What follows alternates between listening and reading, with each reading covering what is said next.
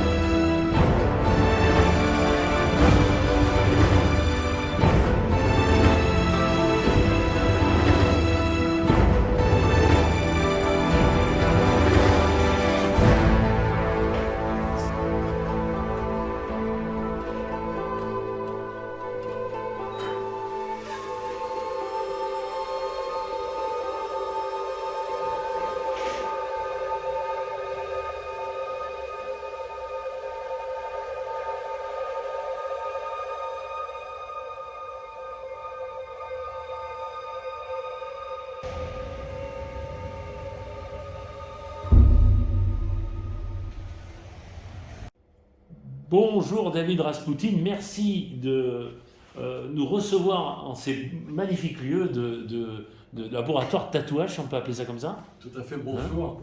Merci Thierry de me donner cette possibilité voilà, de se rencontrer, de faire une petite interview dans mon shop, donc à Nice. Ouais, mais je suis fier de vous interviewer parce que vous avez quand même été interviewé par de grands médias. Oui. Moi, je suis un petit média, mais justement, je me suis intéressé à votre carrière qui est magnifique. Merci beaucoup.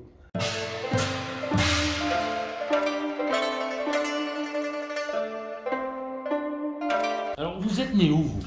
Alors, je suis né à Nice. D'accord. Je suis né à Nice. Dans quel coin, là, pour savoir? Dans quel coin? Je suis né à la clinique Mozart. D'accord. Centre.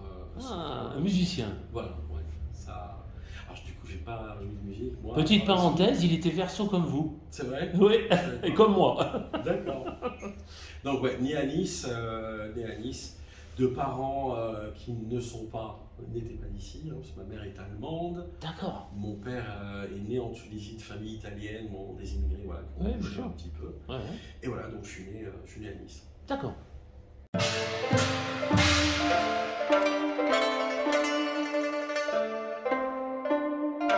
Vos formations écolières.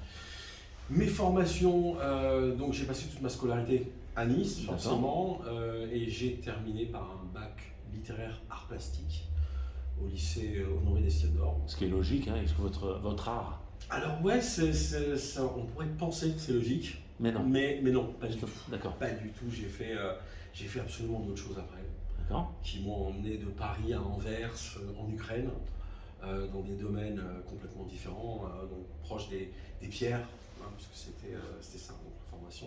D'accord. Et voilà, et c'est en Ukraine que j'ai pris contact en fait un jour avec un tatoueur pour me faire tatouer, et j'ai vu ces machines, donc les dermographes, dans une vitrine. D'accord. Ça m'a intéressé, ça m'a intrigué. Et il m'a dit voilà, donc ça c'est avec ça qu'on te tatoue. Et si tu veux, ben, moi je fais des formations qui duraient entre 3 et 6 mois. Et je me suis dit ben pourquoi pas. Et tout a commencé comme ça pour le tatouage. Donc ça commence en Russie. En Ukraine, à Pardon, Odessa. en Ukraine. Ouais, en Ukraine. Donc ça commence pas de suite au Japon, hein? Non, pas du tout. On est Pas du d'accord. tout, pas du tout.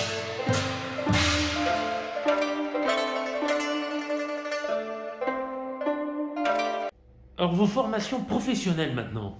Oh là, professionnel. Donc voilà, donc quand j'ai commencé à faire cet apprentissage, j'ai commencé à travailler tout de suite chez ce tatoueur. Un concours de circonstances m'a fait revenir en France, le décès de mon père. Donc je suis revenu en France. Paix à son âme. Et merci.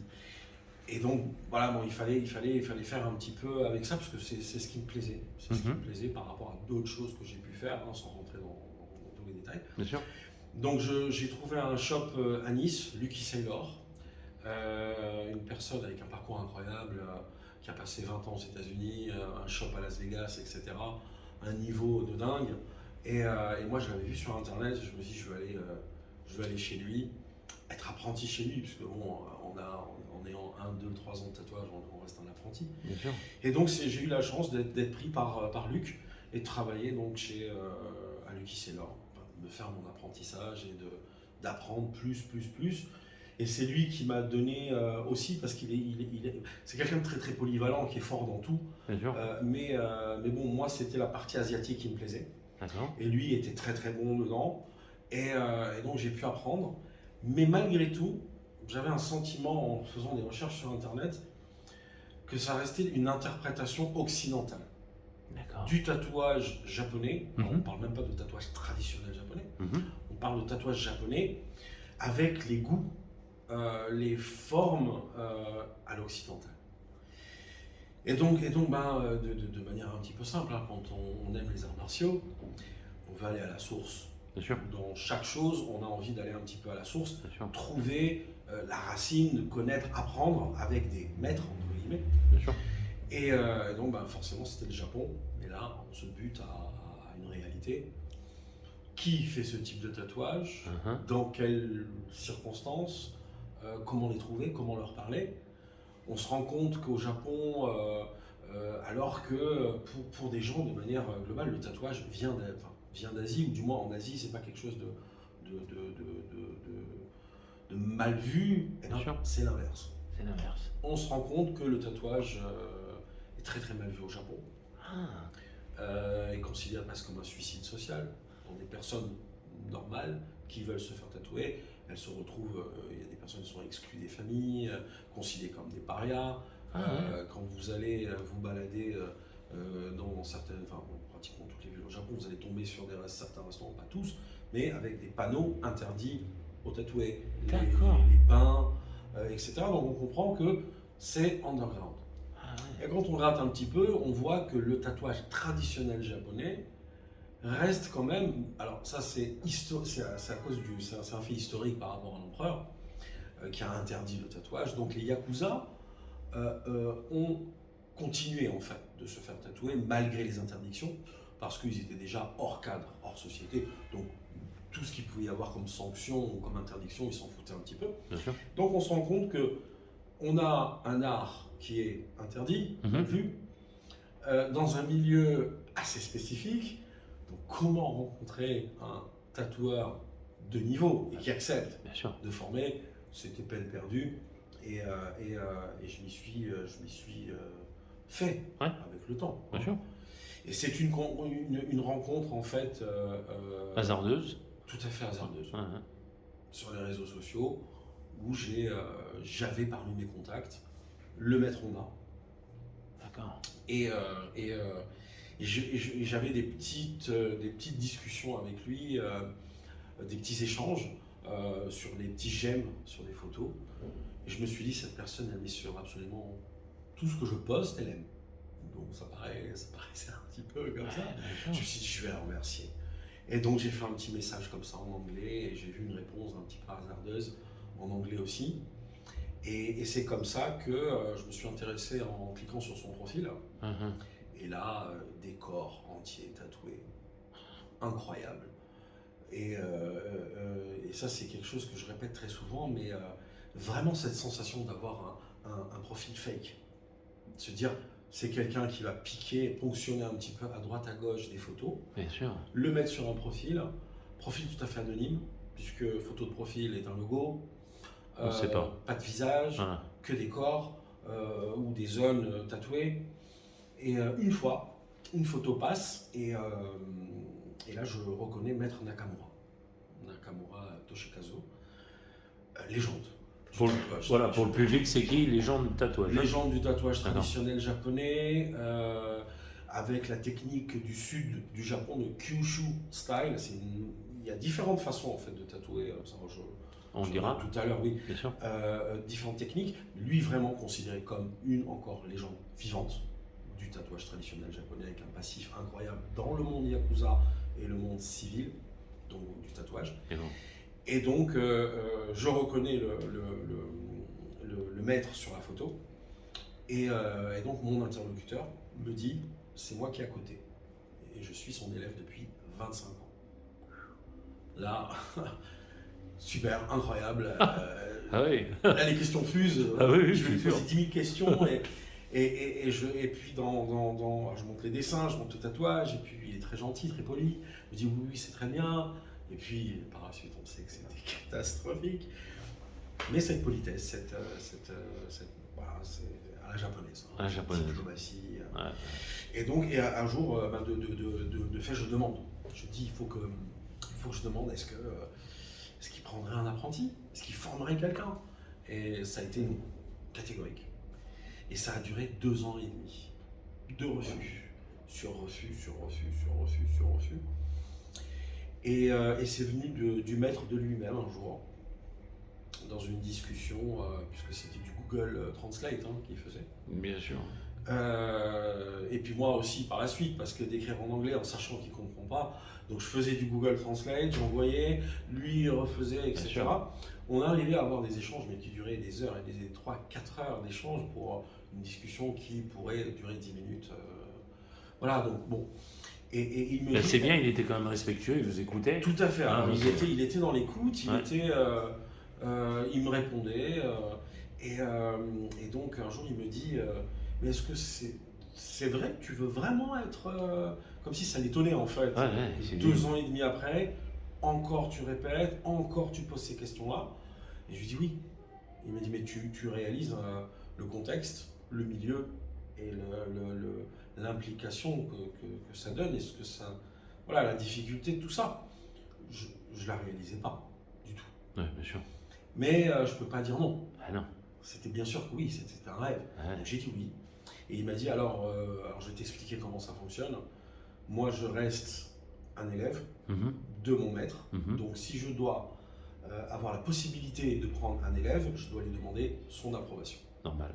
Et donc expliquer ton cas, parler de toi, et ça sera un oui ou un non. Mais par contre le non, si c'est non, ça sera catégorique. On ne reviendra pas dessus, non. Et moi je ne retournerai pas lui demander. Bien sûr. C'est-à-dire, il me dira oui ou non. D'accord. Point. Ok, et la semaine passe, il rencontre Maître Nakamura. Ils ont cette discussion sur moi, donc il a 2 ans et demi à lui raconter de ma vie. Il a les Facebook, les photos, ma famille, ce que je fais, qui je suis. Bien sûr. Et donc, à la fin, Nakamura lui dit oui, prends-le. Et donc, il me contacte le lendemain en me disant, Maître Nakamura a dit oui. On était début décembre. 2000 Décembre. 2000 c'était 2011. 2011. Ouais, 2011-2012. D'accord. Et donc, il dit par contre, donc c'est décembre, c'est un peu la même période, et il me dit, par contre, dans 1 mois, c'est chez nous au Japon. Ah ouais. Et là, un doute quand même. Ah ouais. On commence à réaliser, on s'est dit, je me suis engagé, j'ai fait tout un processus comme ça pour... Et quand on est mis au fait à se dire, maintenant il faut acheter un billet, il faut y aller... Il faut y aller. Ça a été des discussions, bien sûr, dans ma famille, et puis après, la résolution de dire oui, on y va. Et donc, je pars et j'arrive au Japon. Vous avez quel âge donc là? J'avais, c'était il y a 9 ans, donc j'avais une trentaine d'années. D'accord. J'avais une trentaine d'années. Et donc j'arrive au Japon, choc, j'avais jamais mis les pieds au Japon. Choc des cultures. J'ai fait le Globetrotter, j'ai Bien vécu 8 ans, 10 ans à droite, machin, etc. Bien sûr. Mais là, le Japon, alors c'est complètement différent. Moi j'ai connu la France, la Belgique, l'Ukraine et voilà, d'autres pays. Mais le Japon, choc culturel, choc de tout. Vous arrivez où? Dans quelle ville? J'arrive à Fukuoka. Fukuoka, qui est la capitale administrative de Kyushu, la presqu'île de Kyushu dans le sud. D'accord. Et donc on arrive à Fukuoka, je suis accueilli par des gens que je ne connaissais pas qui étaient envoyés par le maître. Et donc ils m'emmènent dans un hôtel et on me dit, tiens, aujourd'hui on va t'emmener dans un temple, on va te faire visiter tel endroit, et tu verras le maître un petit peu après. Ok. Donc c'est ce qui se passe. Bon, je prends mes affaires, je tourne comme ça et ça dure 3 jours. Petit circuit. Bien sûr. Initiatique. Ouais, et moi je m'attendais. Voilà, mais bon, on dit rien, on regarde, on ne comprend pas ce qui se passe. La communication est difficile parce qu'il ne parle pas anglais. Et donc là, un jour, 7h du matin, troisième jour, 7h du matin, le petit van il arrive, fais tes affaires, hop, tu sors de l'aéroport, de l'hôtel. Ouais. Je me dis, oh là, peut-être qu'on me ramène à l'aéroport, je ne sais pas. Et on roule une heure environ, on arrive à Itoshima. Qui est en banlieue de Fukuoka. D'accord. Petite ville, très très simple, pas assez de building, voilà. Et on a une petite banlieue comme ça, avec une toute petite rizière et un petit immeuble de 1 étage. Et on me dit, voilà, le maître il habite là, on y va, on rentre. Et donc je rentre chez lui, une tout petit appartement avec 2 pièces. 2 pièces et une petite. 2 pièces, 2 salles. D'accord. Et donc il y a un futon neuf, un kimono, et on dit voilà, là c'est ta place. Donc tu vas devenir élève du maître. D'accord. Et on commence à faire les tâches ménagères, puisque je comprends très très vite que je suis assimilé, je fais partie de cette maison, et donc il faut à un moment donné y participer. Bien sûr. Avec d'autres, une rigueur à la japonaise, dans un monde où le maître vit, aime beaucoup tout ce qui est ancien. D'accord. Pour lui, c'est vraiment... une culture. Oui, c'est très important de tout ce qui est moderne, ultra moderne. Il n'en est pas forcément très friand, très fan. Bon, il y a la technologie à la japonaise, bien sûr, les téléphones, les machins, les portables, toutes ces choses qu'il n'y avait pas d'ailleurs en France à l'époque. Bien sûr. Mais malgré tout, voilà, des choses très, très simples. Il aime tout ce qui est traditionnel. C'est la culture, c'est l'histoire. Et cette histoire, c'est un passé, ça fait partie d'un ensemble de choses qu'il faut respecter et comprendre les anciennes choses pour comprendre qui on est et quoi devenir. C'était vraiment tout cet ensemble. Et donc il y avait la rigueur, il fallait nettoyer, dépoussiérer, passer l'aspirateur. On avait aussi, avant tout ça, une prière shinto pour les esprits, pour les personnes décédées. Donc tout ça, voilà, c'était une rigueur. Alors, levé très tôt. Quelle heure il se lève? Alors lui, on va dire, il peut se lever à 4 heures. J'allais vous le dire. Voilà, donc c'est un peu compliqué. Surtout que quand on a cette place de Deshi qui veut dire apprenti. Apprenti, oui. On doit dormir après, se lever avant. Voilà, et quand on a une personne insomniaque, c'est dur. Évidemment, et puis c'est un apprentissage dur. C'est pas du tout quelque chose qui serait acceptable en Occident. Bien sûr.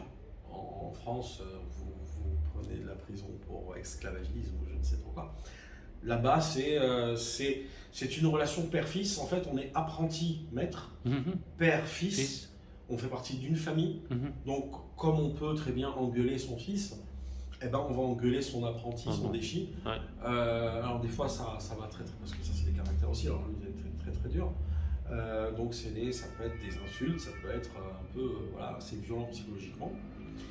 Et en fait c'est ces voix tonitruantes qu'on entend dans des films là. C'est ça, hein, on est bien d'accord. C'est des cris, des hurlements, des bétons. Et là, on se lève, branle-bas de combat, on court, on essaie de comprendre ce qui se passe. Et puis des fois, il n'y a pas grand-chose à comprendre. C'est juste que il y a quelque chose qui des réactions.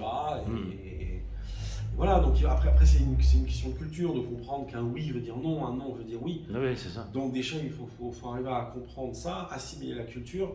Ça a été un choc. Mais après une très très grande bienveillance, malgré tout. Grande bienveillance pour moi. Il m'a jamais laissé seul, il m'a toujours montré, expliqué.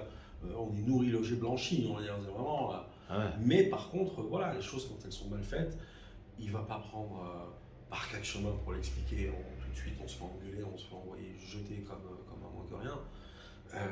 C'est cette formation-là. C'est une parenthèse, c'est-à-dire que quand vous êtes pris là-bas, vous êtes nourri, logé. Oui, on n'a rien à payer. Ah, on n'a rien à payer. Et on fait partie intégrante. Il me donnait de l'argent de poche pour sortir quand lui avait pas forcément envie que je sois présent. Ah ouais. Donc voilà, donc c'est vraiment une chance. C'est une chance de pouvoir voir. Et puis après, j'ai commencé à prendre conscience qui il était. Qui il était, cette personne, cette aura, cette prestance qu'il a dans le monde Yakuza. Ouais, bien sûr. Même aujourd'hui, alors qu'il a pris sa retraite, il fait partie, comme son maître était une légende, lui, quand il a décidé de prendre sa retraite, c'était des appels de partout du Japon, comment, pourquoi, il ne faut pas, dans le milieu carcéral, malheureusement, puisque voilà, la clientèle est à 100% Yakuza, bien sûr. C'est un honneur incroyable. D'avoir les tatouages de Maître Honda Tsuyoshi. Et vous n'avez pas eu entre-temps de proposition de le remplacer? Non. Parce que vous en êtes loin de votre conscience à vous? Oui. Ah ouais. J'ai été formaté, il m'a formaté comme il a été formaté. En fait. D'accord. C'est-à-dire que d'un monde de tatouage, ça reste quand même festif. Les gens qui viennent se faire un tatouage viennent pour écrire quelque chose, juste par mode, par plaisir. On est dans une ambiance quand même sympa, dans un shop normal. Quand on rentre dans le tatouage traditionnel japonais, c'est plus pareil. C'est plus du tout la même ambiance, c'est plus du tout les mêmes raisons, c'est plus du tout la même clientèle. Alors aujourd'hui, oui, je suis en France, donc ma clientèle est française ou autre, mais du moins n'est pas de ce milieu Yakuza, ne connaît pas ses règles, ne connaît pas ses codes, ne connaît pas cette difficulté. Donc on reste décalé, et donc bien sûr on est formaté, parce qu'on ne va pas à la rencontre d'un client qui vient chez le maître comme on accueillerait un client ici au shop. On ne serre pas la main, on ne se fait pas la bise, il y a des protocoles, il y a une façon de parler, il y a des mots à dire, ils ont aussi leur langage. Dans le monde Yakuza, il faut comprendre qu'on voit, on n'a rien vu, on a entendu, on n'a pas entendu. Mais est-ce qu'on tue, si on tue quelqu'un là-bas, on tue par plaisir ou c'est un devoir, il y a une raison? Parce que là, quand on fait une banque, on sait ce qui peut arriver. Hein. Mais là-bas, est-ce que c'est fait clairement, justement, la rigueur du japonais? Alors, disons que moi, je ne vous cache pas que ça me passionnait de poser des questions aux mecs. Évidemment. On passait des soirées comme ça à dessiner, il me racontait. Bien sûr. Il me racontait ce milieu parce qu'il fallait que j'apprenne dans quel milieu j'évoluais. Bien sûr. Il fallait que j'apprenne ses codes, il fallait que je comprenne pourquoi telle et telle chose, comment moi me comporter, bien sûr. Ne surtout pas me comporter. Bien sûr. Il fallait apprendre tout ça. Et donc, de là, on apprend les noms des différents clans, le Nenkyudo qui est l'étiquette. Comment, toutes leurs règles de vie, de conduite. Et puis après, il m'amène tout de suite à me dire, voilà, tu vois, il y a aussi l'ancien, les clans très traditionnalistes, et les nouveaux un peu, comme il me disait, un peu les rigolos, quoi. Qui ne font plus partie, en fait, de ce monde-là. Ils ne sont pas Yakuza.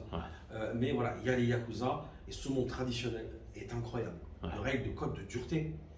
Il me dit, c'est un monde très très dur, et je le voyais. Et très dur aussi dans les sanctions.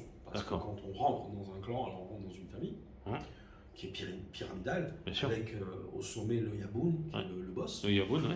Mais le Yabun, en fait, tous ses enfants, alors il y a Kyodai, Ishikyodai, etc. Tous les étages. Si ça reste ses enfants. Mais quand vous faites partie de cette famille, si vous vous comportez mal en dehors, seul, vous portez préjudice et un déshonneur sur toute la famille. Et donc, à un moment donné, il y a des répercussions. Et entre autres, quelque chose d'assez connu dans ce monde-là, c'est le Yubitsume, qui est l'ablation du doigt, du petit doigt, de la phalange. On continue, vu le nombre de problèmes qu'on peut faire. Alors, soit pour s'excuser d'une erreur qu'on qu'on a faites, Mhm. soi-même, Bien sûr. intentionnelles ou pas intentionnelles, hein, Mhm. ça rentre pas en ligne de compte. Quand Mhm. on a fait une erreur, il faut s'excuser. Et on peut le faire aussi pour une tierce personne. Ah ouais. C'est-à-dire, si j'ai amené quelqu'un qui est un de mes frères à faire une bêtise parce qu'il m'a écouté pensant que, et il s'est retrouvé dans cette situation, je peux moi aussi, pour lui, m'excuser parce que ce n'était pas foncièrement sa faute. Donc il y a aussi ce cadre-là. Bien sûr. Et on le fait soi-même. Donc après, c'est remis à l'Oyaboun. Et à l'époque, quand la personne qui faisait le Yubitsume le donnait à l'Oyaboun, Mhm. l'Oyaboun prenait le bout de phalange, l'avalait et le buvait avec Du saké, Voilà. j'ai entendu, Donc ça, c'est très ancien, ça. Ouais. C'est plus des choses qui sont... qui se font. Enfin, peut-être, Ouais. mais en tout cas, qui restent de plus en plus mis de côté et qui rentrent dans la légende, dans les contes, en fait, des Yakuza voilà, traditionnalistes, qui respectent vraiment ces règles, qui ont la vision d'aider quand même les gens. Quand on voit ce qui a pu se passer à Fukushima, etc., des anecdotes où un boss Yakuza montre un bout de papier au maître, il y avait des marques de couches pampers et de serviettes hygiéniques pour femmes. Et il en a acheté des conteneurs et des conteneurs pour les expédier. Il y a des situations comme ça incroyables où ils essayent d'avoir, voilà, il n'y a pas que de la criminalité. Ouais. Voilà. Ouais, c'est quand même un Alors, peuple. Voilà, donc ils font partie voilà, d'un ensemble. Il y a le respect des traditions. Moi, je sais que quand j'ai décidé de revenir en France, beaucoup de chefs de clan ont su et étaient fiers.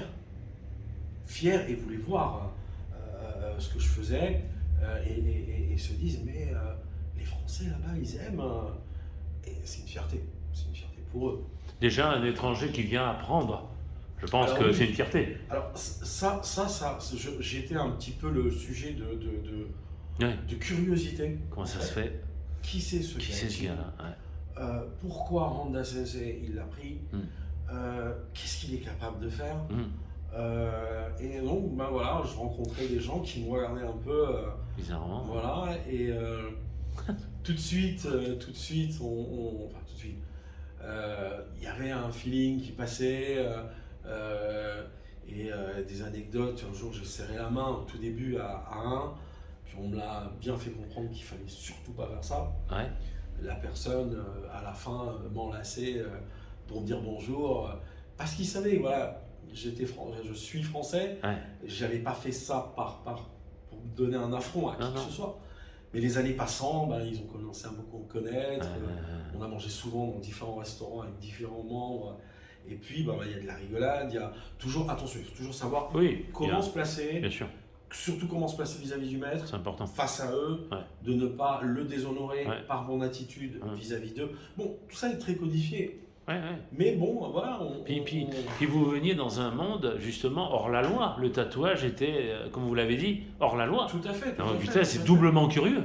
Oui, Hein? oui, c'est incroyable. Et puis Ouais. de l'autre côté, ça me fait rappeler au centre une histoire comme ça. On était au centre de Fukuoka, Mhm. dans le quartier chaud, Mhm.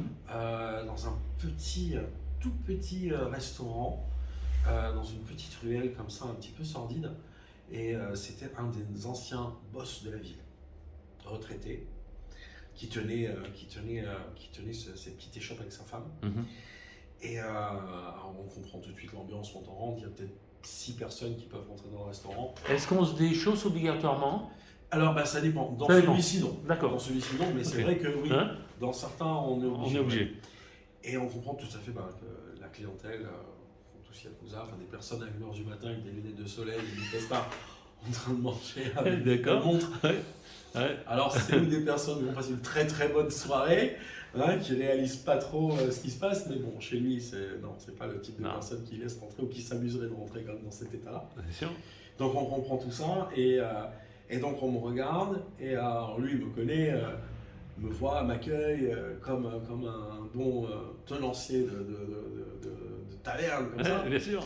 Et les autres regardent et comprennent que Honda Sensei, qui est Honda Sensei, Ouais. ils savent. C'est ça. Et que ça, c'est son petit... Protégé. Un petit, voilà, déchi. Ouais. Et donc, ça commence à parler tatouage.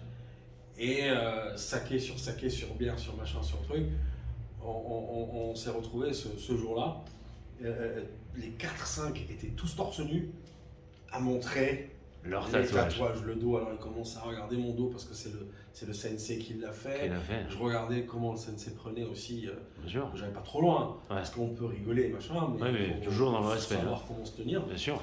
Et donc voilà, ça c'était une anecdote incroyable. Ouais, c'est dingue. Incroyable de se retrouver comme ça. Alors que oui, c'est Super. interdit. Si des policiers passent, on était tous embarqués. Voilà, c'est évident. Évident.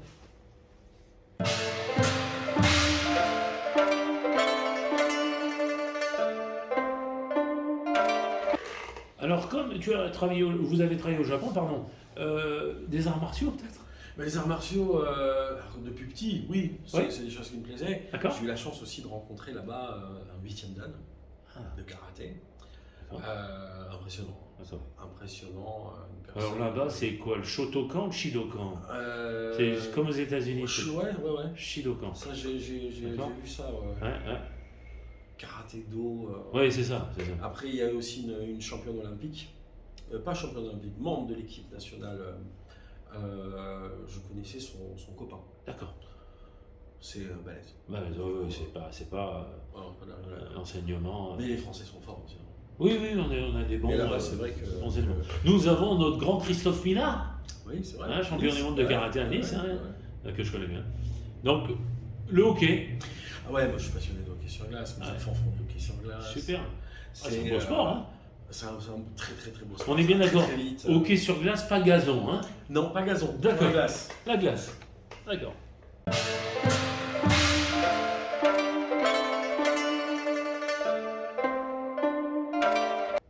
Dans votre cas, justement, pour faire ce que vous faites, est-ce que vous avez fait les beaux-arts?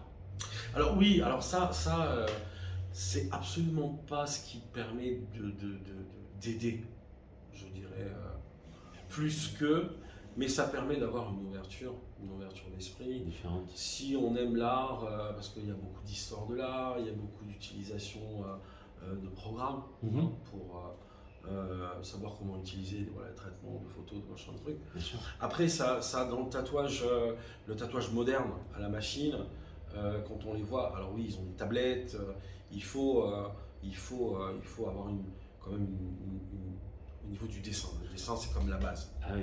Quand je vois C'est comme votre la bras base. Ouais. gauche pour vous, c'est dingue parce que c'est quand même. Oui, alors oui, il y a c'est pas les beaux-arts, c'est Non. le dessin. Le dessin. C'est Voilà. le dessin qui soit autodidacte D'accord. ou quelqu'un formé à faire des cours. Et celui qui va partir du dessin industriel, il va avoir déjà une base de dessinateur, est-ce que c'est possible? Pourquoi pas? Ouais. Pourquoi pas? Après, si on a une sensibilité, on arrive comme ça à dépasser un petit peu le simple dessin et d'être en extase devant ce qu'on a fait. Est-ce qu'on pourrait dire qu'on n'est pas loin du dessin animé, par exemple, là?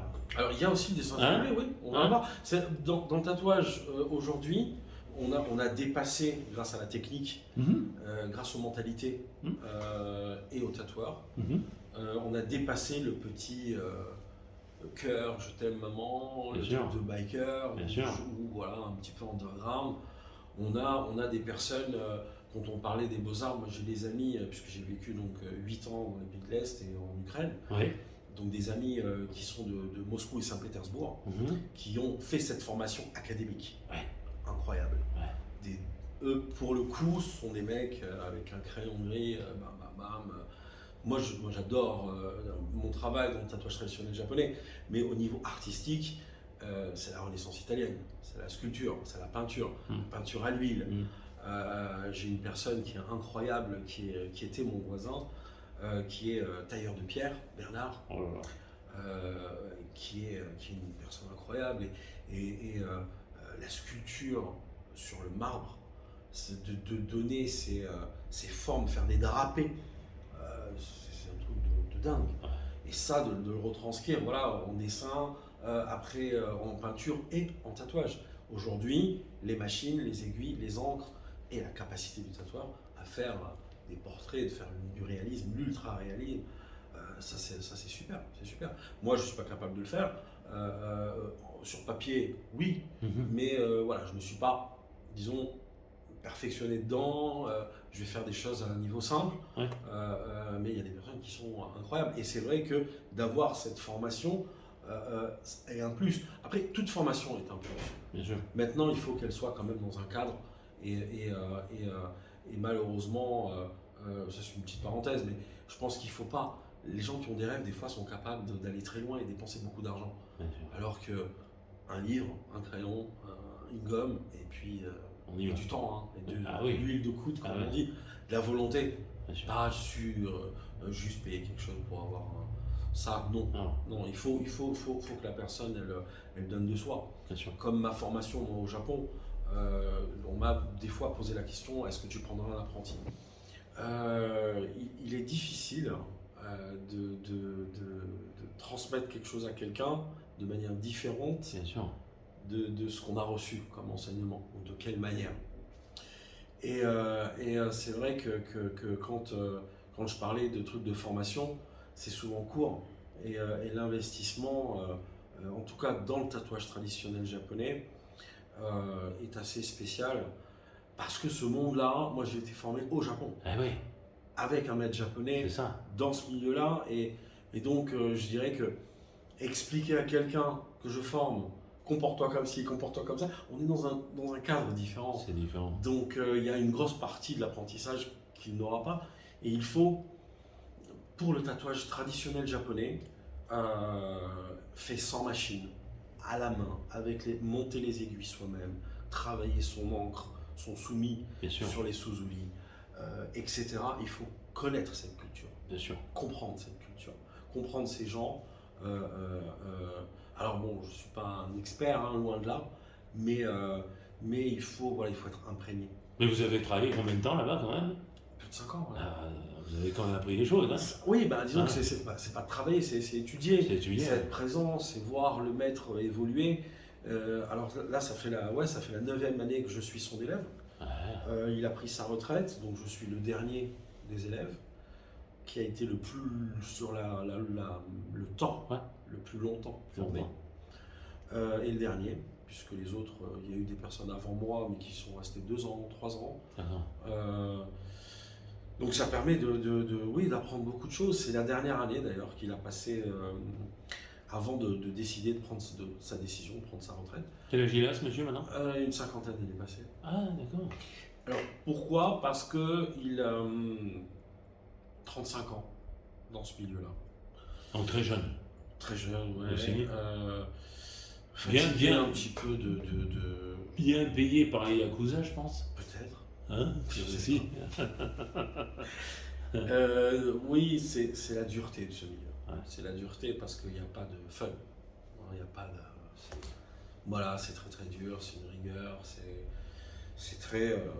Mais comme on disait tout à l'heure, hein. le japonais, il prend très peu de vacances, c'est un gros bosseur. Alors oui, le maître ne comprenait pas les samedis soirs pour le dimanche grasse mat. Voilà. D'ailleurs, ça m'a valu des fois des remontrances.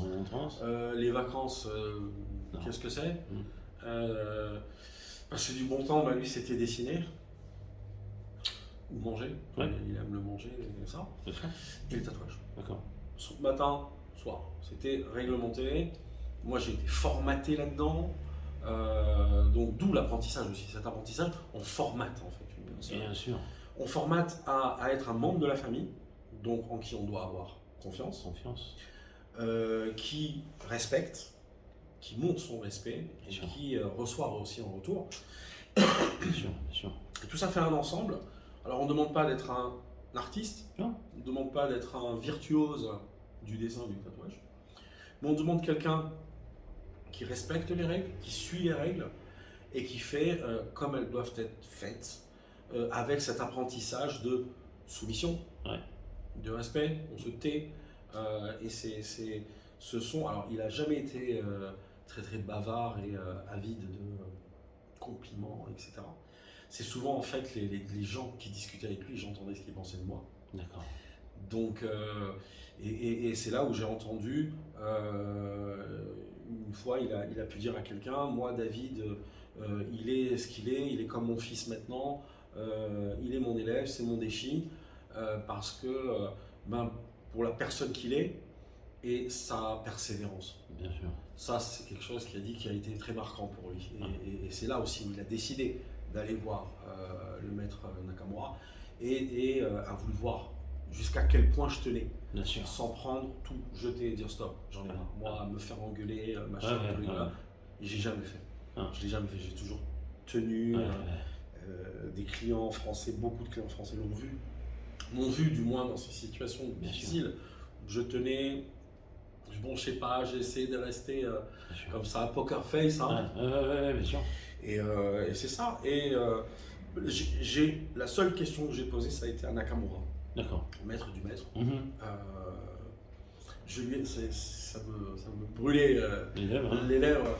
Et on était dans une ambiance un peu différente, c'est-à-dire que c'était un soir dans sa ville à lui. On est allé manger au restaurant. Il m'avait invité et donc on était à 3. Moi, le maître et le grand maître Nakamura.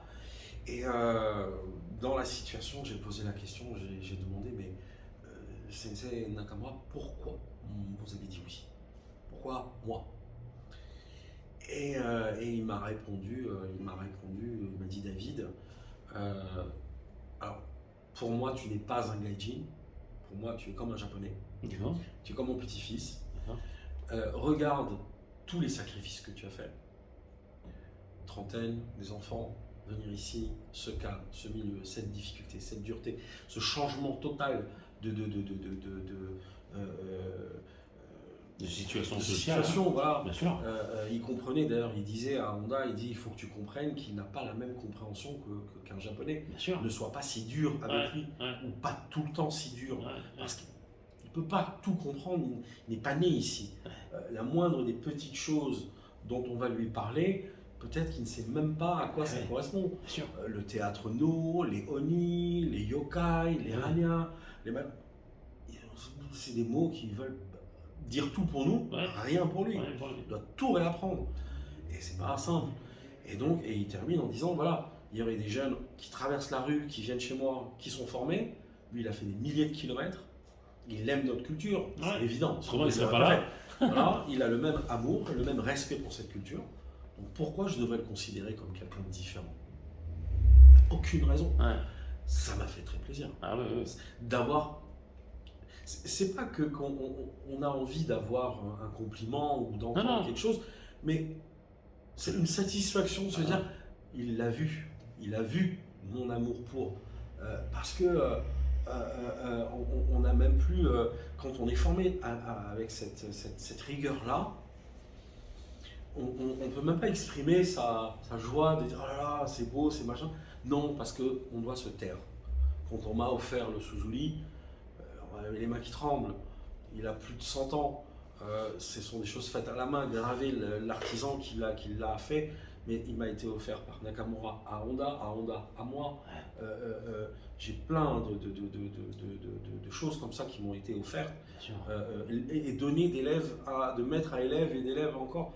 Et donc on est, mais il faut rester, tenir, machin. Alors qu'on aimerait un jour prendre la personne, vous savez, on fait un cadeau, vous le prenez dans les bras, une accolade, un machin, un truc. Non. Merci. Toujours cette rigueur. Et voilà. Est-ce que c'est vrai qu'au Japon, les métros, tout ça, c'est clean, c'est très, tout est respecté donc. Il n'y a pas que ça. C'est majoritairement oui. Là, les grandes villes, par exemple. Ça va? Après on va. Oui, je pense qu'il y a dans toute société, il y a des débordements. Je pense que quand on aime le Japon, des fois on a peut-être tendance, on aimerait l'idéaliser. Comme on idéalise, moi j'ai idéalisé la France quand je suis pas en France. Bien sûr. Parce que quand on n'est pas là, on essaie de se rappeler quand même des belles choses. Et puis après on est confronté à d'autres choses. Le Japon c'est un petit peu la même chose, c'est une société qui est très très belle, comme ça en avance, très dure après à l'intérieur. Il y a de la violence psychologique. Dans le travail, on voit des personnes mourir au travail d'épuisement, des rythmes de fou, ce monde Yakuza aussi, impeccable, mais à l'intérieur d'une violence, d'une dureté terrible, des automutilations, c'est pas quelque chose de normal. S'automutiler, c'est pas normal, parce qu'on parle du Yobitsume, mais il y a aussi les sanctions sur les pouces. Et à l'époque, l'époque c'est quoi? C'est 15, 20, 30 ans en arrière. C'était sur les armes noires, des personnes des trucs de malades. C'est comme quand aussi ils se font harakiri. Harakiri. Ça reste quand même. C'est pas dans notre culture. Voilà, c'est une culture bien spécifique pour faire ça, et aussi ce rapport au maître, élève, employé de société, président de société, les rapports professeurs, etc. Ce respect des anciens. Tout est hiérarchisé. Donc, un élève restera toujours un élève. Je suis l'élève de Maître Honda, je resterai l'élève de Maître Honda. Et vous, ça tombe bien, vous avez vécu en Ukraine. Ouais. Donc, est-ce que le russe, c'est pas le russe, c'est pas l'ukrainien, mais est-ce que c'est la même dureté qu'au Japon dans la rigueur C'est différent. C'est autre chose. C'est différent. Je pense que peut-être sous la période communiste, je discutais avec des gens d'une cinquantaine, soixantaine d'années qui ont vécu pendant cette période. Parler de rigueur, mais parler d'un temps meilleur. D'accord. Et maintenant, le libéralisme, l'économie comme ça, l'ultra-capitalisme, crée des différences terribles. Et à un moment donné, quand il n'y a pas de sanctions, à un moment donné, les gens, ils grattent un peu et ils débordent et ils font n'importe quoi. Et on va le trouver dans n'importe quelle société. Et des sociétés qui ont vraiment des cadres très très stricts, rigides, quand même au Japon, il y a quand même un cadre qui, même s'il n'est pas forcément écrit, tu dois faire comme ci, comme ça, les gens se comportent de cette manière-là, ont un respect, la propreté, l'éducation, etc. Dans les pays de l'Est, il y avait une rigidité. Moi, quand je faisais mes études là-bas à l'université, on était dans une résidence universitaire avec une petite dame à l'entrée qui contrôlait qui rentre, qui sort. Il faut donner ses papiers. Il ne peut pas y avoir une personne dans ta chambre. Ce sont des codes, des règles qui sont encore du passé, de cette partie machin. Et donc, il y a ces règles-là. Et puis après, de l'autre côté, il va y avoir un peu une anarchie complète, mais encore différente. Chaque société a ses petites différences, ou grandes différences. Nous, on a les banlieues, là-bas, il n'y a pas vraiment ça. La criminalité est autre. Et au Japon, c'est encore autre chose.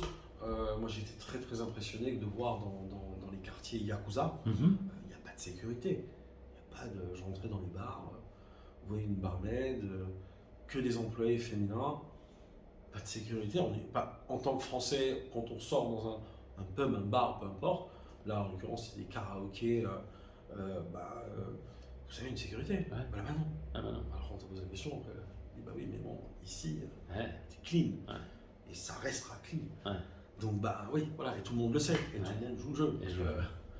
Ça risque de déborder. Ça peut être chaud,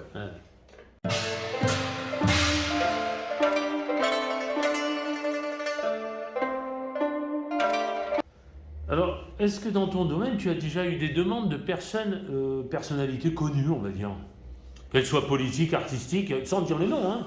Oui. On n'est pas. Oui. D'accord. Oui, j'ai eu. Ma clientèle est au-delà de 30 ans. D'accord. Des personnes de tout bord. J'ai des banquiers, avocats, experts en assurance, docteurs, etc. Et des personnalités très connues. Très connues. Oui. Bon, Non, on ne dira pas le nom, mais c'est parce qu'ils aiment quoi dans ton travail à toi Est-ce qu'il y a le tatouage traditionnel japonais aussi alors c'est ça qui est intéressant, c'est que en fait j'ai touché ces personnes, ont été par les médias, par les différents reportages, livres, articles et magazines qui ont fait des reportages sur moi. Donc on a entendu parler de mon travail. Alors, plus mon expérience, disons ma formation là-bas et être un peu un Français dans ce milieu-là, dans ce monde-là. Donc ça les intéresse un peu. Et j'ai donc eu la possibilité de tatouer des personnes qui n'étaient pas du tout pour le tatouage, ou intéressées par le tatouage, ou voulant vraiment. Donc se sont intéressés, ont commencé à regarder, et puis en discutant, c'est une autre approche. D'accord. Notre approche, alors il va y avoir de tout. Il va y avoir des personnes, c'est un phénomène de mode, se tatouer. Et puis des personnes avec des choses un petit peu plus pensées, Mhm. qui veulent prouver peut-être un amour pour quelqu'un ou un D'accord, souvenir sur bien sûr, quelqu'un. bien sûr. Donc on va avoir un petit peu de tout, hein. Mais moi, j'ai pas vraiment ce type de personne qui rentre par la mode. Non. Non, C'est plus austère, je dirais, l'ambiance.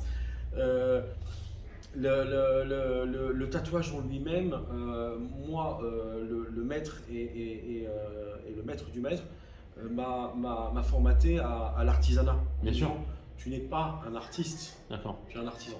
d'accord, Tu reproduis les gestes d'avant, d'accord, comme avant, avec un respect pour telle et telle et telle chose dans la culture japonaise. bien sûr. Avec des contes, des légendes, etc., ou des choses religieuses. Mhm. Et si on rentre dans le domaine artistique, Mhm. alors l'art, ato, comme ils disent au Japon, Mhm. eh ben, ça sera fait sur un papier Bien sûr. et c'est mis sur un mur, D'accord. mais pas sur une personne. Ah oui. Graver la peau, sculpter la peau, donc c'est retranscrire quelque chose avec une signification sur une personne.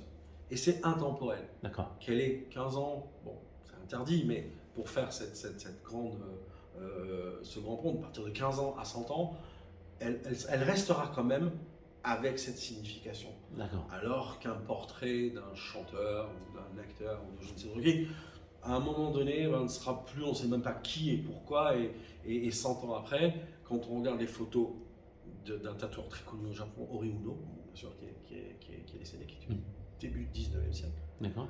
20e, pardon, Mhm. ces tatouages sont autant d'actualité maintenant Maintenant. qu'il y a 100 ans. D'accord. Et des gravures, j'ai vu des gravures, des choses voilà, qui avaient plus d'une centaine d'années, sont toujours d'actualité. D'accord. Parce qu'elles sont intemporelles. Bien Elles sont sûr. intemporelles. Et donc, on va toucher, on va avoir une autre approche D'accord. avec les gens. Sur le tatouage, c'est plus la même chose. Et D'accord. plus vu de la même manière. Et les personnes connues en général, ils viennent Ouais. pour quelque chose de précis Oui, en général. Hein, ouais.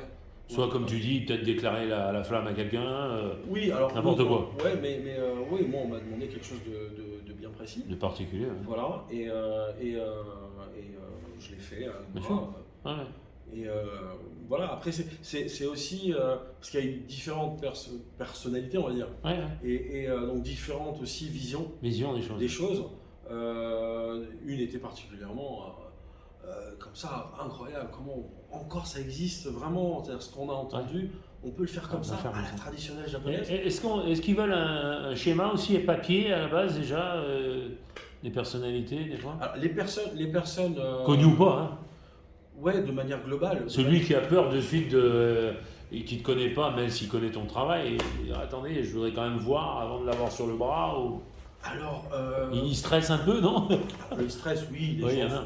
oui, de l'anxiété, Bien sûr. c'est normal. C'est normal. C'est la peur du mal, c'est Ouais. les aiguilles, c'est voir Ouais. les aiguilles. Donc ça fait peur.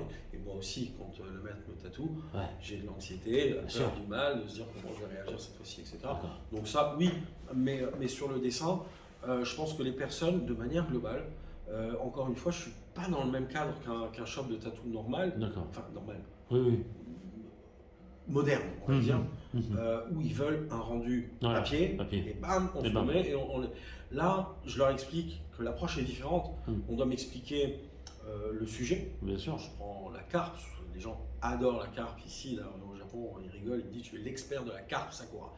D'accord. Et ils rigolent parce que ce n'est pas que ça, Ouais. c'est pas que des dragons, que des phénix. Bien sûr. C'est des milliers et des milliers et des milliers de divinités différentes. Ah ouais. Mais voilà, il faut encore apprendre, éduquer, montrer aux gens ce qui existe. Parce qu'ils Ouais. ne savent pas. Ils savent pas. Quand C'est normal. voilà, Ouais. on vient chez un tatoueur de manière globale, j'aimerais un dragon. Voilà, pour moi, le dragon.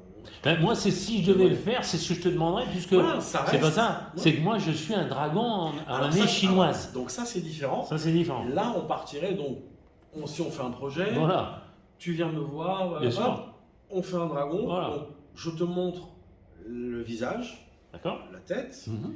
l'expression que tu veux qu'il ait, Bien sûr. donc je vais travailler ça. Mhm. Montrer au maître est-ce que je suis dans les clous ou pas, Voilà. parce qu'il faut, Eh oui, encore une fois, je bien suis sûr. rentré dans un cadre bien spécifique où je ne peux pas donner mon avis, dire tiens, je vais lui faire une moustache comme ça. Ouais, ouais, ouais. Non. Je fais, je lui montre, il me dit oui, il me dit non, D'accord. ou il me dit David, j'ai des dessins que je n'ai pas tatoués, propose-les et fais-les Et toi. fais-les toi. J'accepte que tu fasses mes dessins et que tu tatoues mes dessins. D'accord, ah, ok. Comme Nakamura a accepté que Par je exemple. tatoue ses dessins.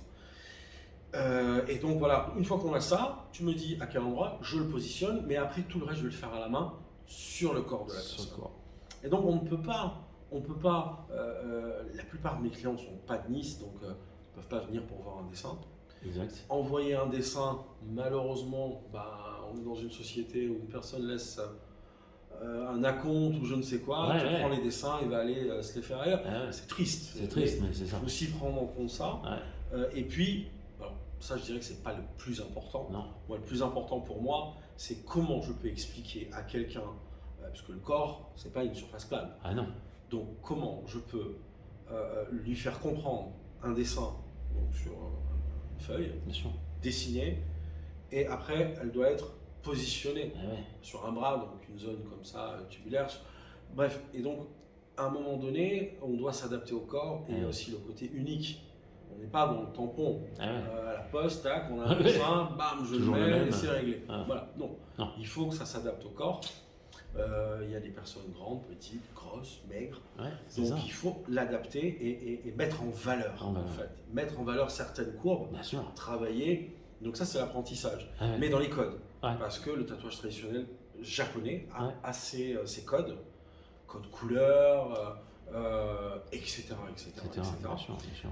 Et donc voilà, quand on va positionner, on doit déjà, en tant qu'artisan, se projeter et voir les formes naturelles du corps et travailler, voilà, la courbe, par exemple, de la carpe, la courbe du dragon, puisqu'on parle, on a parlé de ça, et plein d'autres éléments, les spirales, jouer sur les contrastes, voilà, en fonction de la personne. De la personne. Et encore une fois, entre le rendu photo d'une personne, donc qui me fait une photo de son bras, Ah oui. même si j'ai les dimensions, j'ai le maximum de choses, je demande un maximum de renseignements. Quand elle vient, bizarrement, c'est pas Toujours la même. toujours la même chose. On se dit la photo, ça ressemble pas trop à la personne. Donc il faut s'adapter. Ah ouais. Il faut s'adapter, il faut arriver à faire quelque chose au niveau de dimension, d'être bien, proportionnel à la personne, pas que ce soit non plus disproportionné ou Bien sûr. complètement petit. Après, c'est des contraintes techniques, faire trop petit à la main, c'est pas des choses qui marchent bien. Et puis de manière générale, quand on fait un tatouage vraiment petit, les gens aiment que ça soit fin, que ça soit machin léger, etc. Mais ça fuse. Ouais. Encore une fois, l'art, on le fait sur le papier, sur la peau, on a d'autres contraintes. Ouais. Oui, les machines, les aiguilles aujourd'hui nous permettent d'aller sur des trucs très très fins, Bien sûr. mais la peau reste la peau, D'accord. l'encre reste de l'encre, l'aiguille reste une aiguille, et avec le temps, le tatouage devient plus très très joli. Et tous les tatoueurs ont des personnes qui viennent, ils disent tiens, j'ai un truc d'il y a 20 ans, un peu dégueulasse, ou qui a fusé, ou qui a plus de couleur, ou qui a plus je sais plus quoi. Et donc on doit travailler sur ça. Donc il faut voilà une certaine taille. Et dans le tatouage traditionnel japonais, c'est quelque chose qui est très important. Ouais. On ne rentre pas dans du minimalisme Non. ou un ensemble de 10 000 détails. Non, parce qu'on sait que ça va fuser, ça va partir comme ci, comme ça. Bien sûr, bien sûr. Il y a 250 ans quand même d'expérience dans ce métier-là. Ils ont cette expérience. Bien sûr. Donc, il y a des choses à faire et pas faire.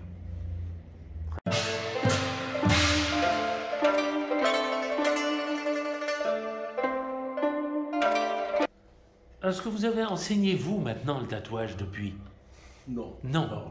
D'accord. Non, j'ai pas cette prétention. Alors, je pourrais aiguiller. Oui. Aiguiller, oui. Et mon premier conseil est à la personne d'être obsessionnel dans le dessin.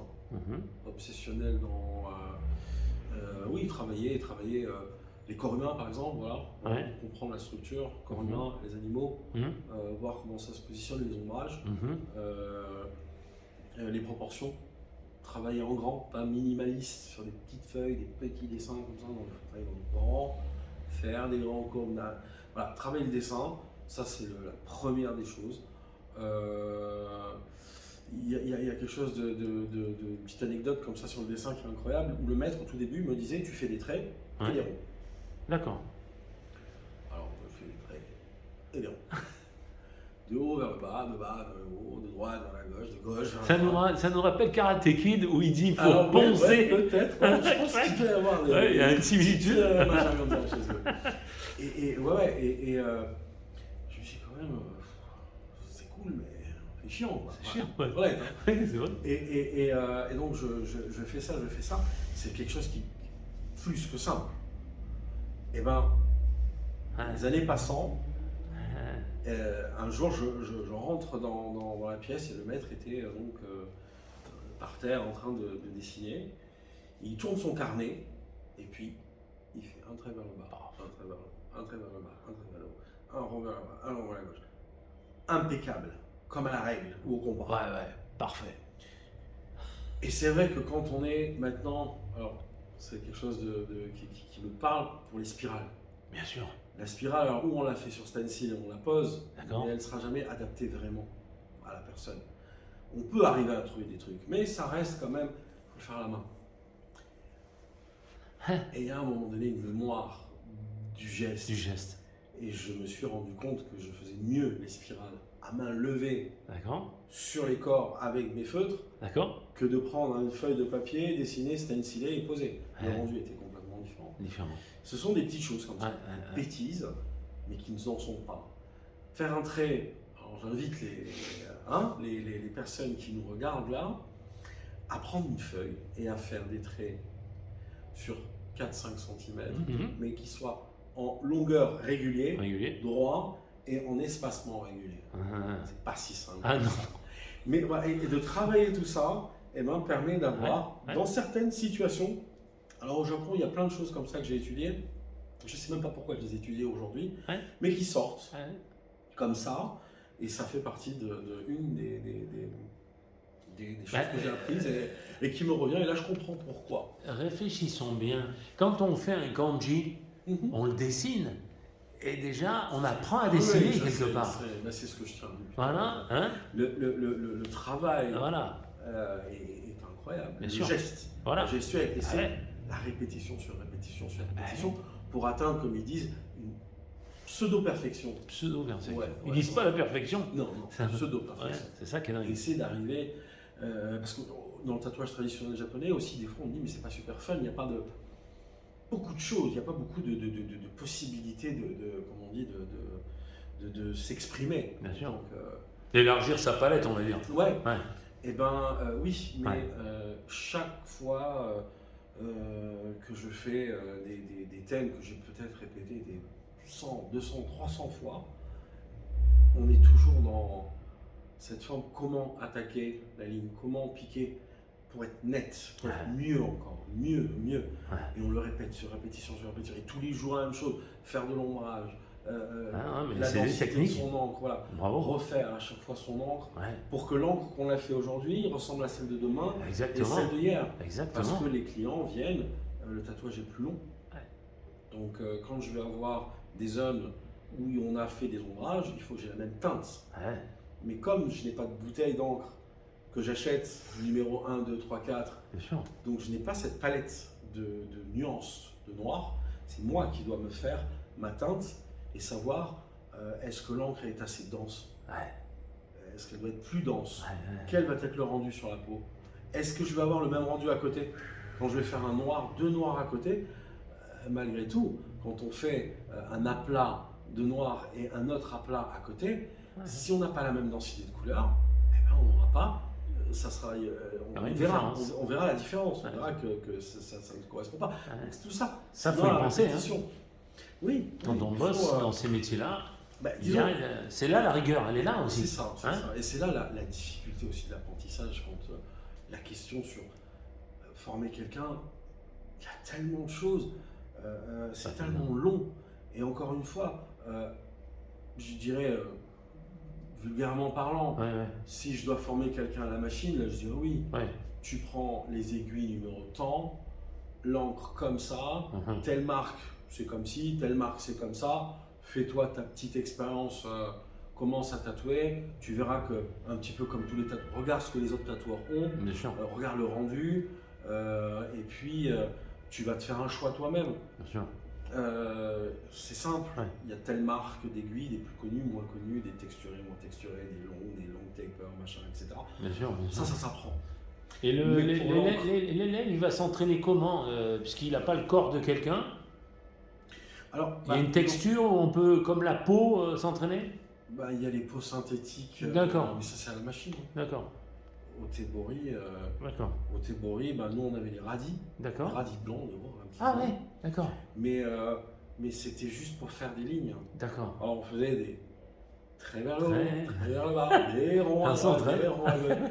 Mais à la baguette et à l'aiguille. D'accord. Mais ça reste Basique. très loin de la réalité sur une peau.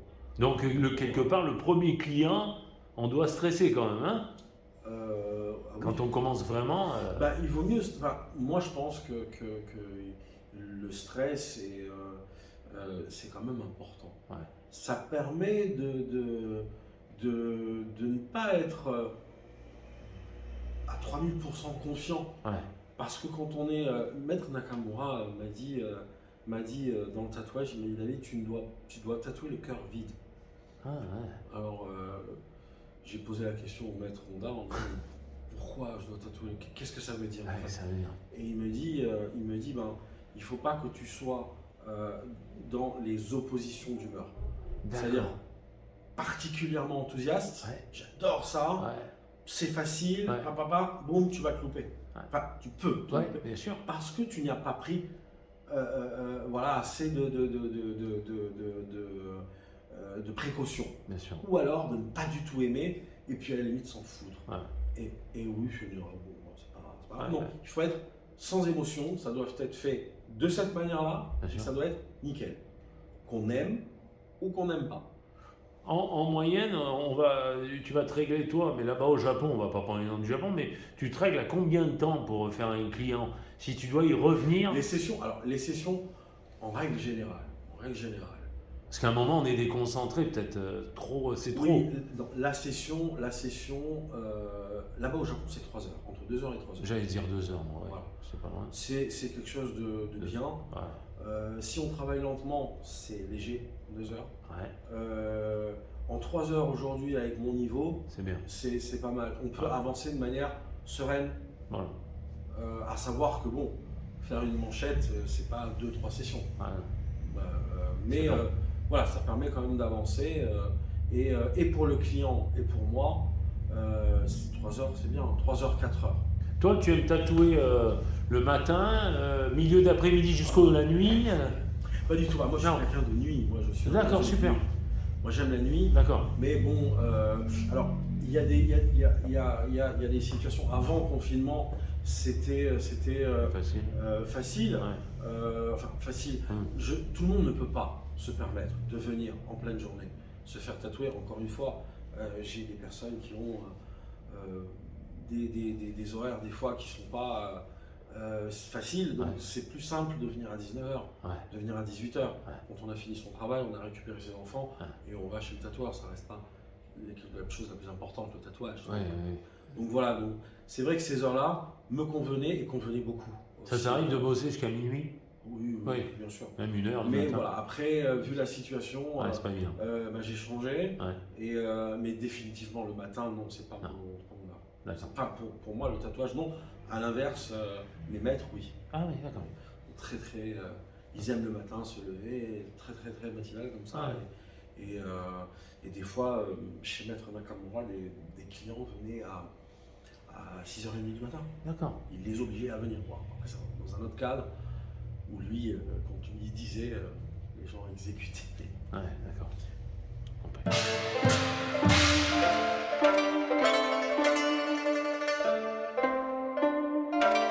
Est-ce que vous vous déplacez, vous, en ce moment, dans le monde, malgré le Covid?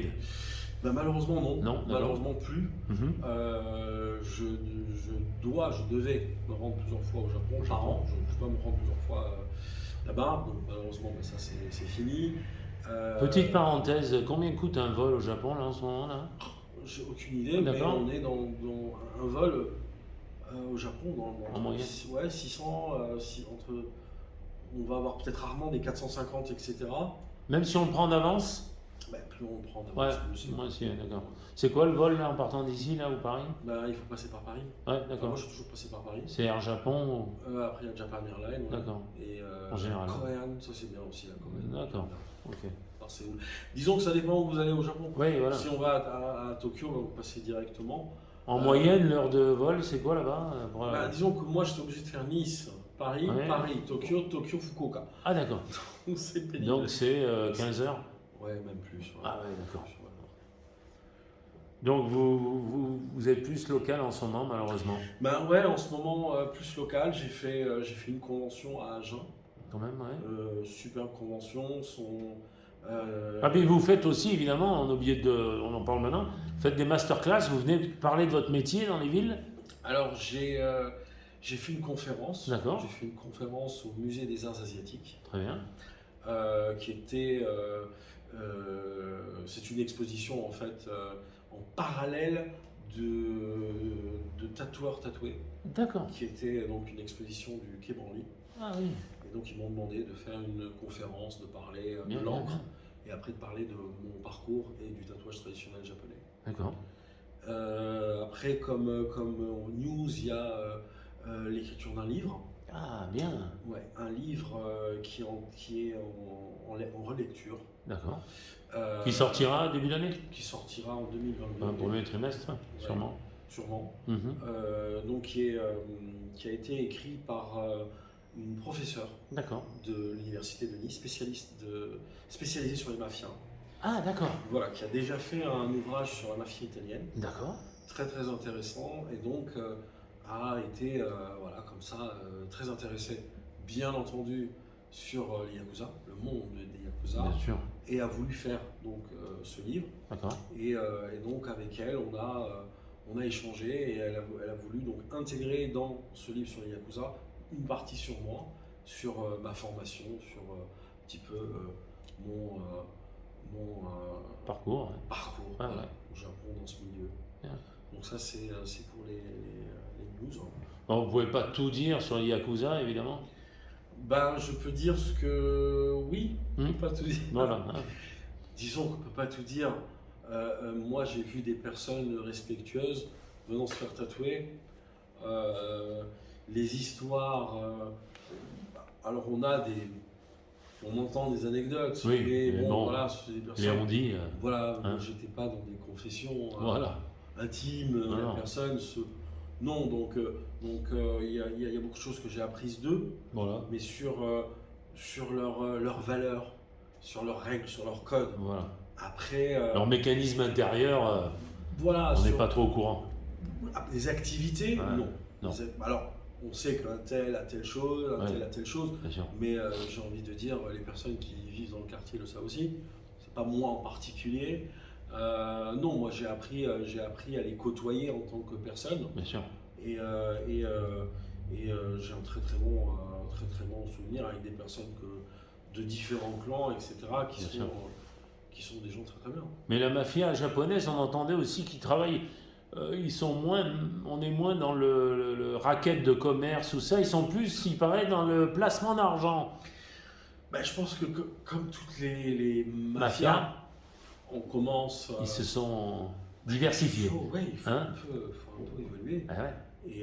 Et parce que la répression est de plus en plus forte, Ouais. meilleure. Ouais. Donc ben, le petit racket ou le vol à l'étalage, Ouais, la ouais. petite truanderie comme ça, c'était à l'époque. C'est fini. C'est ce qui faisait aussi son charme. Hein. Ouais. Il y a des livres comme ça sur Ouais.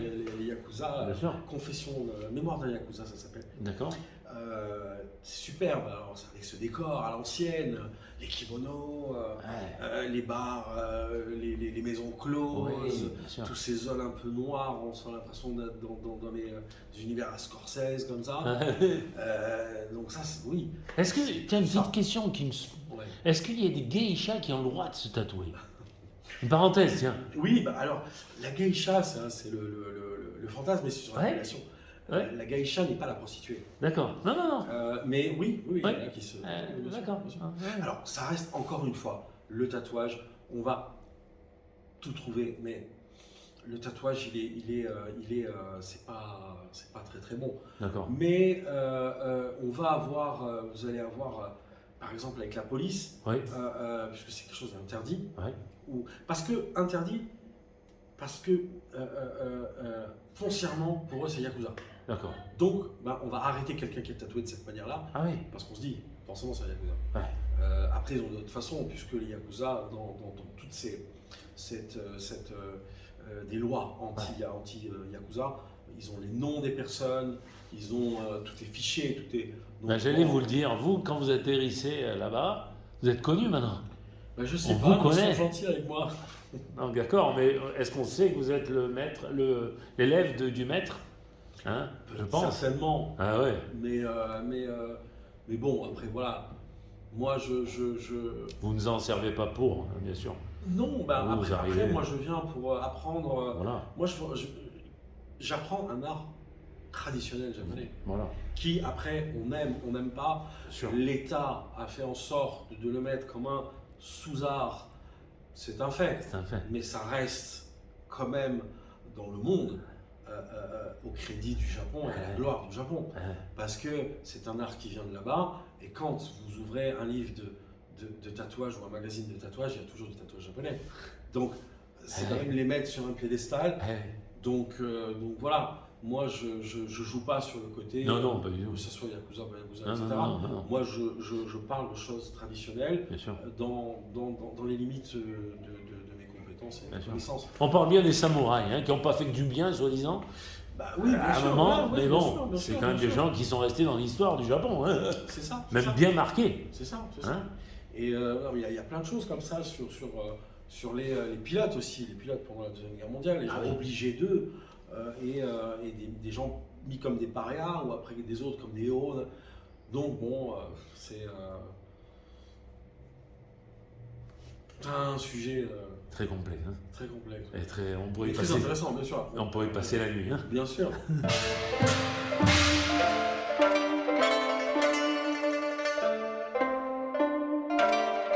Explique-nous. Ça, c'est les outils principaux du tatoueur de tradition japonaise. Voilà, alors ça, si tu veux, cette pièce comme ça qui a été cousue, c'est le maître qui me l'a faite. D'accord. C'est on va dire, comme le chef cuisinier à ses couteaux. Bien sûr. Moi, j'ai ma petite palette où je range mes aiguilles, en fait. D'accord.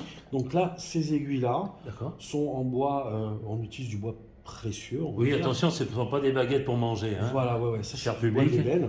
D'accord. Et donc, tu vas avoir des inscriptions ici me permettant de savoir au niveau des faisceaux d'aiguilles ce que je vais mettre. Voilà, pour savoir, voilà, il y a les petites annotations. D'accord. Parce que tout doit être travaillé à la main, en fait.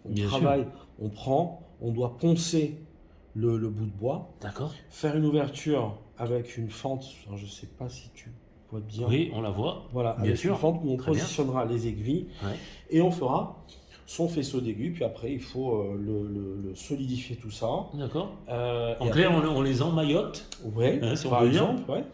Et donc après, on se retrouve avec cet instrument et on va piquer. Alors, on va avoir des aiguilles, plus l'ouverture est grande, donc ça, ce sont des aiguilles qui vont être utilisées pour tout ce qui est la couleur et le remplissage. D'accord. Après, on va avoir des faisceaux beaucoup plus fins, où là, on va l'utiliser pour faire des lignes. D'accord. Et donc, on va aménager ces aiguilles ou travailler le bout de bois. Bien sûr. Comme des stylos, si on veut un stylo avec une grosse mine, petite mine, plat, arrondi, plus pointu, en fonction de ce qu'on a à faire, comme un sculpteur qui va avoir. Sauf que nous, on doit sculpter nos instruments avant de les utiliser, comme les tailleurs de pierre. Exact. Est-ce qu'il y a des clients qui sont plus fragiles? Est-ce que tu as le droit d'endormir la partie? Non. Comme un docteur? Non, ça c'est interdit. Non, d'accord. Hein. Ouais. C'est une question. L'usage de tout ce qui est anesthésie, etc. Alors oui, on va l'avoir dans l'esthétique. Ils vont utiliser des petites crèmes pour faire des petits pour les yeux, les sourcils, etc. Mais dans le tatouage, non. C'est pas la peine. Disons, oui, peut-être qu'il y en a qui aimeraient, mais bon. Est-ce que si c'est le cas, tu dois amener un docteur, enfin une personne qui peut avoir le droit? Alors je t'avoue sincèrement que c'est une situation qui m'est jamais arrivée. D'accord. Mais après, oui, pour anesthésier ou machin truc, c'est dans le Tu cadre seras médical. obligé. Hein? Mais le cadre médical pour le tatouage, enfin, on va loin, tu vois. Ouais, ouais. Non, je parle d'un tatouage, il doit être. Le maître, il dit no pain, no gain. Voilà. Ok. Donc, à un moment donné, Ouais. si la personne, elle le veut, elle doit malheureusement subir un Ok. petit peu Ok. les objets Non, c'est une de question. torture. Alors, Mais on, voilà, donc là, on continue? Ouais, là, tu as les baguettes. Donc, tu as les baguettes. Ouais. Sur les baguettes, tu apposes tes aiguilles, tu fais tes différents faisceaux. Bien sûr. Et bien sûr, on va, donc tout est là, non, mais tout est fait de manière stérile. Bien sûr. Après, l'encre, eh ben, ce sont les pains de soumis. D'accord. Donc l'encre, le processus est de 6 mois de fabrication. Ah, quand même. Ouais. D'accord. Et donc ça, c'est ce qui nous permet qui va être utilisé donc sur cette pierre, qui est une ardoise marine, D'accord. qui s'appelle un souzouli. Mhm. Et donc, on va y mettre de l'eau, donc tac tac, de l'eau stérile. D'accord. Bon, pas d'ici, mais bon, on met de l'eau stérile. Mhm. Une quantité, on met dans une petite capse pour avoir sa quantité d'encre, en D'accord. sachant que l'encre, quand on la fait, Mhm. elle est utilisée tout de suite pour la session, elle ne peut pas être conservée. D'accord. Voilà, donc on va faire notre petite dose pour savoir, ça c'est pour cette session, Mhm. on sait qu'on a à faire telle et telle chose. Mhm. Eux, on va par frottement, en fait, du pain d'encre, Ah, voilà. du soumis sur la pierre, D'accord. dans des mouvements, voilà, comme ça, des petits cercles. D'accord. On va travailler donc l'encre Mhm. et on va travailler sa densité. On D'accord. va voir comment l'encre bouge sur la pierre pour Mhm. savoir si on va, et encore une fois, là est la difficulté d'apprentissage, Ouais. d'avoir une encre très dense, Mhm. donc un noir intense, Mhm. mais pas trop, parce que sinon il est pâteux et on peut pas, machin, Bien sûr. ou quelque chose de trop liquide, D'accord. et d'avoir une encre complètement invisible, et que voilà. Donc on doit travailler, c'est là qu'on fait son nuancier de couleur de noir. Après, pour ce qui est les couleurs, Oui. ben, on va travailler du pigment. D'accord. Donc le pigment, Qui est là, par exemple, que pigment tu naturel, prends. voilà. Mhm. Donc c'est du pigment D'accord. qui vient du Japon. D'accord. Et donc bah, tu travailles, tu vas prendre ta petite dose de pigment et tu fais ta petite dose Petite dose. pour la session.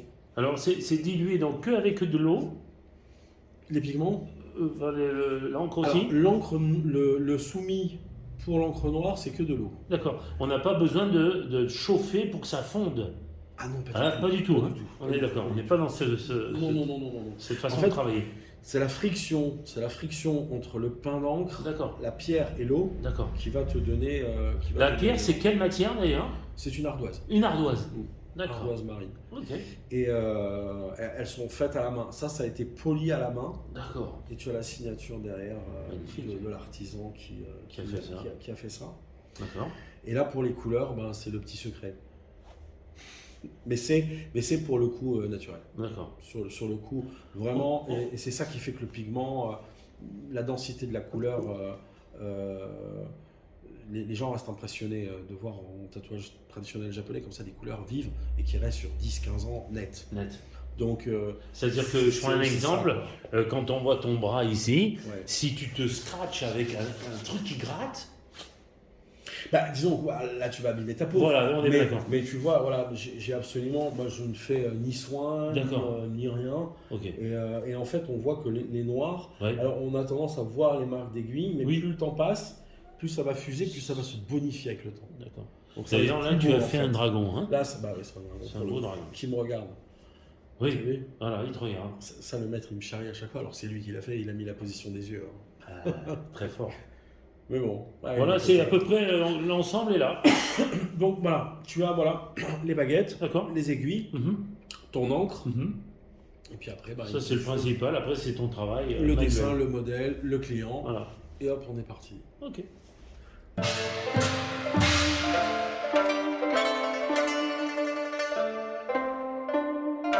Alors, dernière question. Comment tu vois évoluer le tatouage, qu'il soit traditionnel japonais ou autre, hein? Alors, pour le tatouage traditionnel japonais, je vais faire la partie un peu sombre et triste, parce qu'il faut un peu de... Ouais. C'est un art qui tend à se perdre, D'accord. en sachant qu'au Japon, tu as entre 4 et 6 personnes, encore 6 mètres. Ah, capable d'enseigner, capable de travailler du début à la fin avec les aiguilles, sans machine. C'est-à-dire faire des lignes, D'accord. doubler, faire la partie ombrage et noir et couleur, travailler ces couleurs, D'accord. faire ses aiguilles à la main. Mhm. Voilà, c'est entre 4 et 6 D'accord. dans les règles, dans les codes. Donc c'est quelque chose qui tend à se perdre, comme me dit le maître, il me dit d'ici 10-15 ans, c'est quelque chose qui sera pratiquement plus, n'existera plus, ne restera que des photos, ou des vidéos, voilà. Est-ce que tu penses qu'on va travailler peut-être numériquement, différemment Alors le numérique, alors voilà, maintenant si on parle du tatouage moderne, Ouais. l'évolution est incroyable. Ouais. Les machines sont de plus en plus perfectionnées, Mhm. sont comme des stylos. Mhm. Avant, on avait notre pédale, il fallait appuyer sur la pédale, régler le voltage, Bien sûr, bien sûr. etc. Maintenant, on a des stylets où on branche une batterie autonome dessus, et puis on a vraiment comme un stylo, on n'a plus de câble, on n'a plus rien. Ah, ouais. Des aiguilles faites voilà, au microscope, précises, d'une précision incroyable. Moi, je suis encore avec ma loupe, à prendre bien sûr. faisceau d'aiguille par faisceau d'aiguille, les positionner. Là, c'est fait de manière chirurgicale, j'ai envie de dire. Bien sûr. Donc ça permet d'évoluer. Les encres aussi, des noirs plus intenses qui tend à moins peut-être virer avec le temps, Eh oui. changer. Voilà, les personnes en général, l'idéal c'est d'avoir un tatouage qui ne bouge jamais, qui est toujours impeccable. Eh oui. Mais la peau bouge, la peau Eh oui. change, on vieillit. Donc c'est peut-être utopique tout ça. Mais le monde du tatouage, grâce aux télévisions, aux personnalités tatouées, Bien sûr. etc., bah, on n'a plus la même vision. Ouais. On n'est plus le bar ou le raté ou le drogué ou je ne sais trop qui. Oui, oui, oui. Voilà, il y a un petit peu tout le monde qui se fait tatouer. Bien sûr. Quand on va sur la plage, ici à Nice, bon, bah, on le voit bien. Hein, On a au cinéma aussi, depuis un certain temps, je prends un exemple, Keanu Reeves qui vient de faire les John Wick, qui est dans la mafia russe, et qui a plein de tatouages. Ouais, ça c'est le symbole. Ça, j'ai vu ça. Equalizer avec Denzel Washington, où le gars il a carrément une phrase dans le dos. Ça se fait beaucoup en Russie, peut-être. Alors ça c'est encore autre chose. Hein. Ouais. Le tatouage de la mafia russe, qu'on appelle vor zakonie, hein, D'accord. les voleurs dans la loi. D'accord. C'est un tatouage criminel de prison. D'accord. Zek, C'est pas pareil. comme ils appellent. Le zek, ouais. Très très codifié. D'accord. Donc les étoiles, les coupoles, etc. Oui, voilà. Sur les C'est ça. genoux. Tout ça a une signification D'accord. dans le monde mafieux. Mafieux. On sait, en fait, on a le curriculum vitae de la personne. De la personne. On voit nu, ben lui on sait 10 ans de prison, Ah ouais. machin, truc pour telle et telle raison, il a D'accord. tel et tel rang, tel et tel truc. D'accord. Donc ça c'est très très codifié, très intéressant. Ouais. Mais aussi, voilà, il y a qu'un seul livre de 3 tomes qui a été fait sur ce sujet. D'accord. Et il sera plus possible de voir parce que ça tend à diminuer. Ouais, diminuer. Les vor zakonie et les vor, comme ils disent, Ouais. ben, eux sont de moins en moins nombreux. Ouais. Et voilà, c'est une période quand même soviétique, sortie du communisme, D'accord. où c'était très très ancré. Maintenant, bon, il n'y a plus la même culture. Enfin, les gens ne partent pas au goulag pour un mot de travers. Oui. Donc, on Oui. n'est plus dans ce même truc-là. Cette opposition aussi au gouvernement, parce qu'on va voir des gens se faire tatouer, par exemple, Marx, Engels et Lénine, Oui. pour pas se faire fusiller. Eh ouais.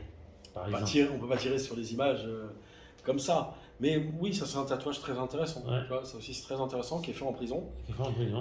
Alors c'est rigolo, comme tout à l'heure tu me disais, est-ce que c'était chauffé? Oui. Ah bah alors du coup, là, oui, parce qu'il D'accord. prenait les talonnettes des chaussures, D'accord. faisait brûler, Ouais. plus l'urine du prisonnier Ah. pour faire l'encre. D'accord. Voilà, alors que le procédé au Japon, on est complètement sur des... c'est du charbon, de différents bois luxueux qui sont mis dans des huiles, Ah ouais. qui sont... C'est et le toujours de l'art. processus, voilà. Hein. Et le processus pour arriver à ce pain d'encre est de 6 mois de fabrication. D'accord. Ça t'est arrivé qu'il y ait un Russe ici qui peut brancher comme ça, de faire ce genre de travail? Pas Alors, spécialement mafieux. Hein. non, alors c'est... non, moi j'ai eu en Ukraine, D'accord. au tout début, Ouais. quand j'apprenais le tatouage. Mhm. Dans le shop où j'étais, il y a eu un type comme ça qui est venu voir la personne qui me formait. Il a rattrapé des choses qui avaient été faites en prison. Mais non, après sinon ici, non. Donc tu parles combien de langues pour finir?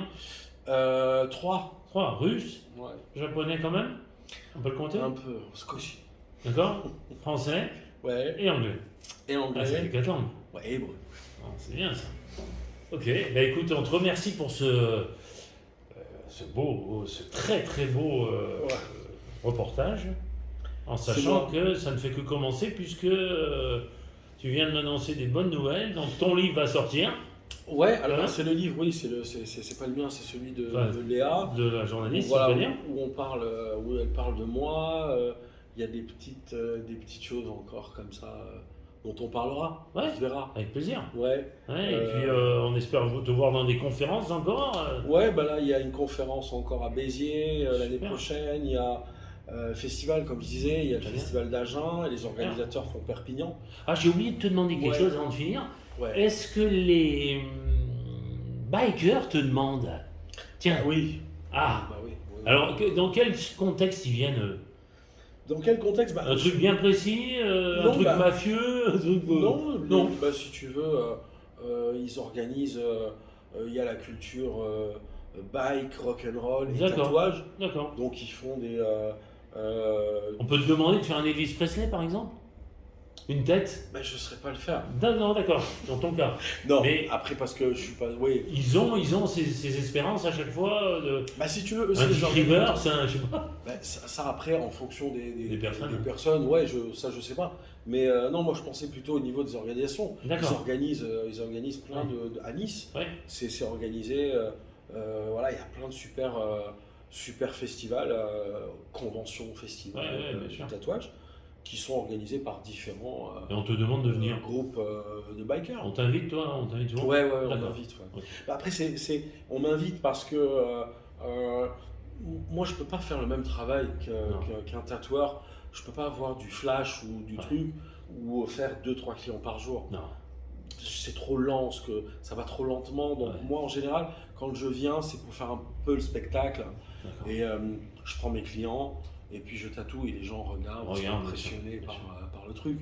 Mais voilà, moi ça m'apporte rien de plus en fait. Je dois fermer le shop, partir et je prends des clients à moi. Je gagne même pas d'argent. Donc voilà, c'est pas. Mais je le fais avec plaisir parce que ça permet de rencontrer des tatoueurs que je connais de différents bords, qui ont différents. Enfin, tu restes ce tatoueur unique qui a travaillé au Japon, qui est une référence, qu'on le veuille ou qu'on le veuille pas. Ouais. Parce que c'est quand même des gens de l'art avec un grand art. Bah, ça me gêne, mais. C'est un peu ça. Ouais, peut-être. Ça, c'est les gens qui jugeront de mon travail. Mais oui, je sais que ça reste quand même. Je suis allé le chercher. Merci à toi. Bah, merci beaucoup. À bientôt. Merci beaucoup. À bientôt.